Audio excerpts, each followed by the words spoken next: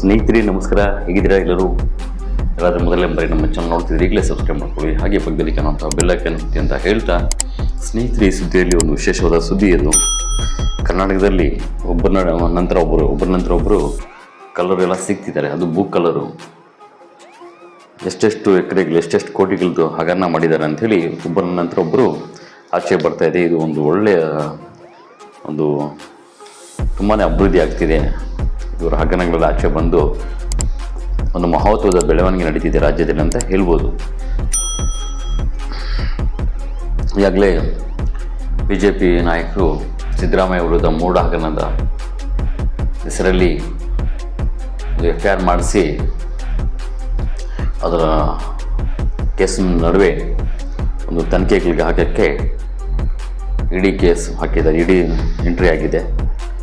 ಮತ್ತು ಇನ್ನು ಲೋಕಾಯುಕ್ತಗೆ ಹಾಕಿರೋದು, ಲೋಕಾಯುಕ್ತ ಸರಿಯಾಗಿ ಮಾಡಲ್ಲ ಅಂತ ಇಡಿಯಿಂದ ತನಿಖೆ ನಡೀತಿದೆ. ಈ ಸಂದರ್ಭದಲ್ಲಿ ಸಿದ್ದರಾಮಯ್ಯ ಅವರ ಪತ್ನಿಗೆ ಬಂದಿರುವಂತಹ, ಅವರ ಅಣ್ಣ ತಮ್ಮದಿರ ಕಡೆಯಿಂದ ಬಂದಿರುವಂತಹ ಜಮೀನನ್ನು 14 ಗುಂಟೆಯನ್ನು ವಾಪಸ್ ಕೊಡ್ತೀನಿ ಅಂತ ಹೇಳಿ ವಾಪಸ್ ಕೊಟ್ಟಕ್ಕೆ ತಯಾರಾಗಿದ್ದಾರೆ. ಸ್ಟೇಟ್ಮೆಂಟ್ಸ್ ಕೊಟ್ಟಿದ್ದಾರೆ. ಇದನ್ನು ನೋಡಿದ ವಿಪಕ್ಷ ನಾಯಕ ಆಗಿರುವಂತಹ ಆರ್ ಅಶೋಕ್ ಅವರು ಒಂದು ಸ್ಟೇಟ್ಮೆಂಟ್ ಕೊಡ್ತಾರೆ. ಕಳ್ತನ ಮಾಡಿಬಿಟ್ಟು ಮತ್ತೆ ಅದನ್ನು ವಾಪಸ್ ಕೊಟ್ಟರೆ ಅದು ಕಳ್ಳರು ಆಗಲ್ವಾ? ಕಳ್ಳರ ಬುದ್ಧಿನೇ ಅಲ್ವಾ ಅದು? ಕಳ್ತನ ಮಾಡಿ ಗೊತ್ತಾಗೋದ್ಮೇಲೆ ವಾಪಸ್ ಕೊಡೋದು ಏನೋ ಅದು ಅಂತ ಹೇಳಿರ್ತಾರೆ. ಆದರೆ ಇವತ್ತು ಒಂದು ಸಭೆಯಲ್ಲಿ ಕೃಷ್ಣ ಬೈರೇಗೌಡರು ಮತ್ತು ಹೋಮ್ ಮಿನಿಸ್ಟರ್ ಆದಂತಹ ಜಿ ಪರಮೇಶ್ವರ್ ಅವರು ಸಭೆಯಲ್ಲಿ ಆರ್ ಅಶೋಕ್ ಅವರ ಇದೇ ಥರದ ಬೆಳವಣಿಗೆ ಮಾಡಿ ಕಳ್ತನಕ್ಕೆ ಸಿಕ್ಬಿಟ್ಟು ಬಿಡಿ ಜಾಗದಲ್ಲಿ, ಗೌರ್ಮೆಂಟ್ ಜಾಗದಲ್ಲಿ ಸುಮಾರು 100 ಕೋಟಿ, ಇವ್ರದ್ದೇ ಆದರೂ ಒಂದು 57 ಕೋಟಿದು, ಆದರೆ ಇವ್ರದ್ದು 100 ಕೋಟಿ ಬೆಲೆ ಬಾಳುವ ಜಾಗದಲ್ಲಿ ಸುಮಾರು 20 ವರ್ಷ ಅಲ್ಲಿ ಕಾರ್ ಶೆಡ್ಡುಗಳಂತೆ, ಕೆಲವೊಂದು ಅಂಗಡಿಗಳಂತೆ ಎಲ್ಲ ರೆಡಿ ಮಾಡಿ ಅದು ರೆಟ್ಟೆಗೊಲ್ಲಹಳ್ಳಿ ಡಾಲರ್ಸ್ ಕಾಲೋನಿಯಲ್ಲಿ ಬೆಂಗಳೂರಲ್ಲಿ ಸರ್ವೆ ನಂಬರ್ 10/11ರಲ್ಲಿ ಇಷ್ಟು ದಿನ 20 ವರ್ಷದಿಂದ ಸುಮಾರು ಅದರಲ್ಲಿ ಬಾಡಿಗೆಗಳು ಸುಮಾರು ವಹಿವಾಟು ಮಾಡ್ಕೊಂಡಿದ್ದಾರೆ. ಆರ್ಥಿಕವಾಗಿ ಅಭಿವೃದ್ಧಿ ಹೊಂದಿದ್ದಾರೆ ಇವ್ರದ್ದು ಏನು ತನಿಖೆಗೆ ಇವತ್ತು ದಾಖಲೆ ಸಮೇತ ಪ್ರೆಸ್ ಮೀಟಲ್ಲಿ ಕಾಂಗ್ರೆಸ್ ನಾಯಕರು ಜಿ ಪರಮೇಶ್ವರ್ ಮತ್ತು ಕೃಷ್ಣ ಬೈರೇಗೌಡರು ಜನರ ಮುಂದೆ ಇಟ್ಟಿದ್ದಾರೆ ಪ್ರೆಸ್ ಮೀಟ್ ಮುಖಾಂತರವಾಗಿ. ಅದು ಏನಂತ ಹೇಳಿದ್ರೆ, ಒಂದು ರೆಟ್ಟೆಗೊಲ್ಲಹಳ್ಳಿ ಡಾಲರ್ಸ್ ಕಾಲೋನಿ ಬೆಂಗಳೂರಿನ ರೆಟ್ಟೆಗೊಲ್ಲಹಳ್ಳಿ ಸರ್ವೆ ನಂಬರ್ 10/11ರಲ್ಲಿ ಅದು 1987ರಲ್ಲಿ ಗೌರ್ಮೆಂಟ್ ಜಾಗ ಆಗಿರುತ್ತದೆ. ಅದು ಏನಾಗುತ್ತಂದರೆ, ಆ BDAಗೆ ಸೇರಿರುವಂಥ ಗೌರ್ಮೆಂಟ್ ಜಾಗ ಆಗಿರೋದ್ರಿಂದ 2003ರಲ್ಲಿ ಗುಳ್ಳಮ್ಮ ಅವರಿಂದ ಅದು ಜಾಗವನ್ನು ಡಿನೋಟಿಫಿಕೇಷನ್ ಆಗಿರುತ್ತೆ 2003ರಲ್ಲಿ. ಆ ಸಮಯದಲ್ಲಿ ರಾಮಸ್ವಾಮಿ ಅಂತ ಒಬ್ಬನು, ಯಡಿಯೂರಪ್ಪ ಅವರು ಮುಖ್ಯಮಂತ್ರಿ ಆಗಿರ್ತಾರೆ ಆ ಸಮಯದಲ್ಲಿ, ರಾಮಸ್ವಾಮಿ ಅವರು ಪತ್ರ ಬರೀತಾರೆ ಯಡಿಯೂರಪ್ಪ ಅವರಿಗೆ, ಈ ಜಾಗದ ಬಂದು ಡಿನೋಟಿಫಿಕೇಷನ್ ಮಾಡಿ ಅಂತ ಹೇಳಿ 2009ರಲ್ಲಿ ಅದು ಡಿನೋಟಿಫಿಕೇಷನ್ಗೆ ಪತ್ರ ಬರೀತಾರೆ ಯಡಿಯೂರಪ್ಪ ಅವರಿಗೆ. ತಕ್ಷಣ ಒಂದೇ ಒಂದು ತಿಂಗಳಲ್ಲಿ ಯಡಿಯೂರಪ್ಪ ಅವರು BDAಗೆ ಅದನ್ನು ಮಾಹಿತಿ ಕೊಟ್ಟು ಡಿನೋಟಿಫಿಕೇಷನ್ ಆಗುತ್ತೆ. ಯಾರ ಹೆಸರಿಗೆ? ಮುನಿಸ್ವಾಮಪ್ಪ ಅವರಿಗೆ ಹೆಸರಿಗೆ ಡಿನೋಟಿಫಿಕೇಷನ್ ಆಗುತ್ತೆ.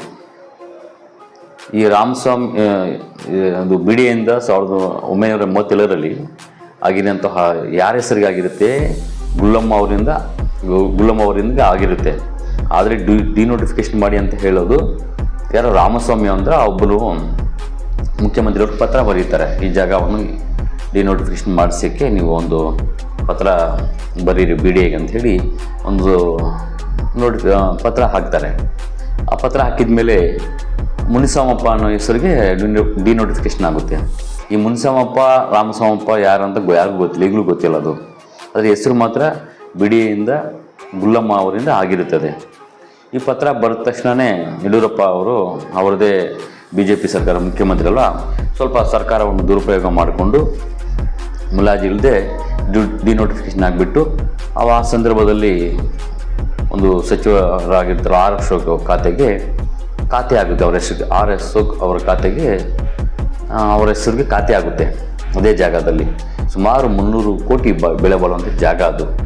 2011ರಲ್ಲಿ ಏನಾಗುತ್ತೆ, ಇವರು 2003ರಲ್ಲಿ ಗುಲ್ಲಮ್ಮ ಹೆಸರಿಂದ ಆಗಿರೋ ಜಾಗವನ್ನು ಡಿನೋಟಿಫಿಕೇಶನ್ ಆಗಿ ರಾಮಸ್ವಾಮಿ ಅವರು ಪತ್ರ ಬರೆದಾಗ ಮುನಿಯಪ್ಪ ಸ್ವಾಮಿಗೆ ಹೆಸರಿಗಾಗುತ್ತೆ. ಅವರಿಂದ ಖಾತೆ ಮಾತ್ರ ಆರ್ ಅಶೋಕ್ ಅವ್ರಿಗೆ ಆಗುತ್ತೆ. ಆವಾಗ ಏನಾಗುತ್ತೆ ಅಂದರೆ, ಇಲ್ಲಿ ಇದನ್ನು ಅರಿತ ಒಬ್ಬ 2003ರಿಂದ ಹಿಡಿದು 2011ವರೆಗೂ ಇದು ಎಲ್ಲ ಡೆವಲಪ್ಮೆಂಟ್ ಮಾಡಿಸ್ಕೊಂಡಿರ್ತಾರೆ. ಸುಮಾರು ಅಂದರೆ ಎಷ್ಟು ವರ್ಷ ಆಯಿತು, 9 ವರ್ಷ ಆಯಿತು. ಈ ಸಂದರ್ಭದಲ್ಲಿ ಇದನ್ನು ಅರಿತಿರುವಂತಹ ಒಬ್ಬ ವ್ಯಕ್ತಿ GV ಅಗ್ನಿ ಅಂತ ಹೇಳಿ ಲೋಕಾಯುಕ್ತಕ್ಕೆ ದೂರು ದಾಖಲೆ ಮಾಡ್ತಾರೆ. ಈ ಜಾಗ BDI ಜಾಗ ಆಗಿರುತ್ತೆ. ಆದರೆ ಇದು ಒಂದು 6 ವರ್ಷಕ್ಕೆ ಅವರು ಸರ್ಕಾರದ ಕೆಲವೊಬ್ಬ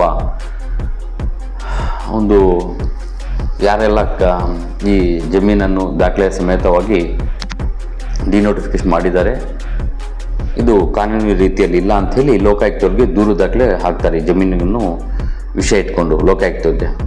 ಆ ಸಂದರ್ಭದಲ್ಲಿ ಕೋರ್ಟ್ ಇದನ್ನು ಇನ್ನೇನು FIR ಮಾಡಿಸ್ಬೇಕು ಲೋಕಾಯುಕ್ತ ಅವ್ರಿಗೆ ದೂರು ದಾಖಲೆ ಆದಾಗ 6 ವರ್ಷದ ಮೇಲೆ. ಆ ಸಂದರ್ಭದಲ್ಲಿ ಇದೇನೋ ನಮಗೆ ತೊಂದರೆ ಆಗುತ್ತೆ ಅಂತೇಳಿ 6 ವರ್ಷಕ್ಕೆ ಅವರು ಮತ್ತೆ ಪುನಃ 2011ರಲ್ಲಿ ವಾಪಸ್ ಕೊಡ್ತಾರೆ BDIಗೆ. ಅದು ಏನಂತ ಗಿಫ್ಟ್ ಅಂತ ಕೊಡ್ತಾರೆ. ಯಾಕಂದರೆ ಇದು ಯಾರೋ GV ಅಗ್ನಿ ಅಂತ ಹೇಳಿ ಒಬ್ಬರು ಲೋಕಾಯುಕ್ತಕ್ಕೆ ದೂರು ಹಾಕ್ತಾರಲ್ವ, ಇದು ಸರ್ಕಾರಿ ಜಾಗವನ್ನು 6 ವರ್ಷಕ್ಕೆ ಅವರು ಪಡೆದಿದ್ದಾರೆ. ಸುಮಾರು ಇದು ಡಾಲರ್ಸ್ ಕಾಲೋನಿ ರೆಟಗೊಳಹಳ್ಳಿ ಸುಮಾರು 106 ಕೋಟಿ ಬೆಲೆ ಬಾಳುವಂಥ ಜಾಗ. ಇದು ಸರ್ಕಾರಿ ಜಾಗ ಇವ್ರು ಹೇಗೆ ಪಡೀತಾರೆ ಅಂತ ಹೇಳಿ ಇವ್ರು ಪಡೆದಿದ್ದಾರೆ. ಇವರ ಏನು ಸ್ಥಾನಮಾನಗಳನ್ನು ದುರುಪಯೋಗ ಮಾಡ್ಕೊಂಡಿದ್ದಾರೆ, ಇವರ ಆಡಳಿತನ ದುರುಪಯೋಗ ಮಾಡ್ಕೊಂಡು ಈ ರೀತಿ ಜಾಗ ಪಡೆದಿದ್ದಾರೆ. ಇದು BDI ಜಾಗ, ಗೌರ್ಮೆಂಟ್ ಜಾಗ, ಅಂಥ ಜಾಗವನ್ನು ಪಡೆದಿದ್ದಾರೆ. ಅದು ಒಳ್ಳೆ ಡಾಲರ್ಸ್ ಕಾಲೋನಿ ಇರುವಂಥ ಜಾಗ ಅಂಥೇಳಿ ಯಾವಾಗ ಲೋಕಾಯುಕ್ತಕ್ಕೆ ಹಾಕ್ತಾರೋ ತಕ್ಷಣ ಇವರು ಇದು ನನ್ನ ಮೇಲೆ ತೊಂದರೆಗಳಾಗುತ್ತೆ, ನನ್ನ ಮುಂದಿನ ಭವಿಷ್ಯದಲ್ಲಿ ತೊಂದರೆ ಆಗುತ್ತೆ ಅಂಥೇಳಿ ಮತ್ತೆ ಪುನಃ ವಾಪಸ್ ಕೊಡ್ತಾರೆ 6 ವರ್ಷಕ್ಕೆ ಅವರು. ಇದೇನು ಕುತ್ತಿಗೆಗೆ ಬರ್ಬೋದಪ್ಪ, ಜನ ತುಂಬ ಹುಷಾರಿದ್ದಾರೆ ಅಂಥೇಳಿ 300 ಕೋಟಿ ಬೆಲೆ ಬಾಳುವಂಥ ಜಾಗವನ್ನು BDIಗೆ ವಾಪಸ್ ಕೊಟ್ಬಿಡ್ತಾರೆ. ಆಗ ಇವರು ಕೋರ್ಟ್ ಏನು ಮಾಡುತ್ತೆ, ಹೋಗ್ಲಿ ಬಿಡಿ ಜಾಗ ವಾಪಸ್ ಕೊಟ್ಟಿದ್ದಾರಲ್ವ, ಇವ್ರ ಮೇಲೆ ಕ್ರಿಮಿನಲ್ ಕೇಸ್ ಏನು ಮಾಡೋಕ್ಕೆ ಹೋಗ್ಬಿಡಿ ಅಂತೇಳಿ ಕೋರ್ಟ್ ಏನು ಡಿಸೈಡ್ ಆಗಲಿಕ್ಕೆ ನಿಲ್ಲಿಸ್ಬಿಡುತ್ತೆ. ಯಾವಾಗ ತಕ್ಷಣ ವಾಪಸ್ ಕೊಟ್ಬಿಡ್ತಾರೋ ಕೋರ್ಟ್ ಅದನ್ನು ಆದೇಶ ಮುಖಾಂತರ ಯಾವುದೇ ಮುಂದೆ ಇವ್ರಿಗೆ FIR ದಾಖಲೆ ಮಾಡೋಕ್ಕೆ ಬಿಡಲ್ಲ.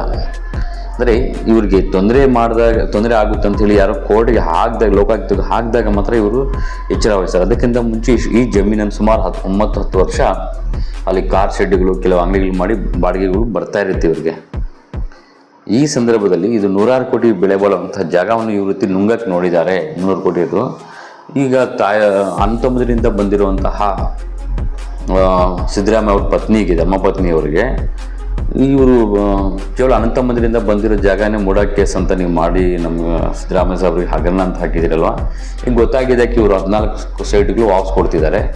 ಆದರೆ ಇದು ತಪ್ಪು ಅಂತ ಹೇಳ್ತಾರೆ 6 ವರ್ಷಕ್ಕೂ. ಈಗ 6 ವರ್ಷಕ್ಕೂ ಕೂಡ ಹಾಗೆ ಮಾಡಿದ್ದಾರಲ್ಲ 2011ರಲ್ಲಿ. ಇದಕ್ಕೆ ಏನೇನು ಬೇಕು ಅಂಥೇಳಿ ಕೃಷ್ಣ ಬೈರೇಗೌಡ ಅವರ ಒಂದು ಅನಿಸಿಕೆಯನ್ನು ಸ್ಪಷ್ಟನೆ ಮಾಡಿದ್ದಾರೆ. ಇವೆಲ್ಲ ನೋಡ್ತಿದ್ರೆ ಪ್ರತಿಯೊಬ್ಬರು ಇಲ್ಲಿ ಸರ್ಕಾರ ಜಾಗಗಳನ್ನು ಇವರ ಆಡಳಿತವನ್ನು ದುರುಪಯೋಗ ಮಾಡಿಕೊಂಡು 106 ಕೋಟಿ ಬೆಲೆ ಬಾಳುವಂಥ ಜಾಗಗಳನ್ನು ದುರುಪಯೋಗ ಮಾಡಿಕೊಂಡಿದ್ದಾರೆ. ಯಾವಾಗ ಎಚ್ಚರ ವಹಿಸಿದಾರೋ ಜನ ಅದನ್ನು ಪುನಃ ಸರ್ಕಾರಕ್ಕೆ ಬಂದಿದೆ. ಸ್ನೇಹಿತರೆ, ಈ ಸುದ್ದಿಯಲ್ಲಿ ಏನು ಹೇಳೋಕ್ಕೆ ಇಷ್ಟಪಡ್ತೀನಿ ಅಂದರೆ, ನಿಮ್ಮ ಗಮನದಲ್ಲಿ ಈ ರೀತಿ ನಿಮ್ಮ ಸುತ್ತಮುತ್ತಿರೋ ಶಾಸಕರು, ಸಚಿವರು, ನಿಮ್ಮ ಕ್ಷೇತ್ರಗಳಲ್ಲಿ ಈ ರೀತಿಯ ತೊಂದರೆ ಆಗಿದಾಗ ಯಾವ ರೀತಿ ಅಗ್ನಿಯನ್ನವರು GV ಅಗ್ನಿಯವರು ಲೋಕಾಯುಕ್ತಕ್ಕೆ ದೂರು ದಾಖಲೆ ಕೊಟ್ಟಿದ್ದಾರೋ ಪ್ರತಿಯೊಬ್ಬರು ಕೊಡ್ಬೋದು. ಕೊಟ್ಟಾಗ ಮಾತ್ರ ಸರ್ಕಾರದ ಸ್ವತ್ತುಗಳನ್ನು ನಾವು ಉಳಿಸ್ಕೋಬೋದು. ನಾವು ಅವರು MLAನಪ್ಪ, ಅವ್ರ MPನಪ್ಪ, ಹೇಗೆ ಅವ್ರ ಮೇಲೆ ಕೊಡೋದಂತ ಅಂದ್ಕೊಂಡ್ರೆ ಇಲ್ಲಿ ಸುಮ್ಮನೆ ಇಲ್ಲಿ ಸರ್ಕಾರ ಜಾಗಗಳು ವಶೀಕರಣ ಅವರ ರಾಜಕಾರಣಿಗಳಿಗೆ ಆಗ್ತಿದೆ. ಹಾಗಾಗಿ ತಾವೆಲ್ಲ ಸ್ವಲ್ಪ ಧ್ವನಿ ಎತ್ತೋ ಕೆಲಸ ಮಾಡಿ ಅಂತ ಹೇಳಿ ಈ ಸಂದರ್ಭದಲ್ಲಿ ಹೇಳಕ್ಕೆ ಇಷ್ಟಪಡ್ತೀನಿ. ನಮಸ್ಕಾರ, ಧನ್ಯವಾದಗಳು.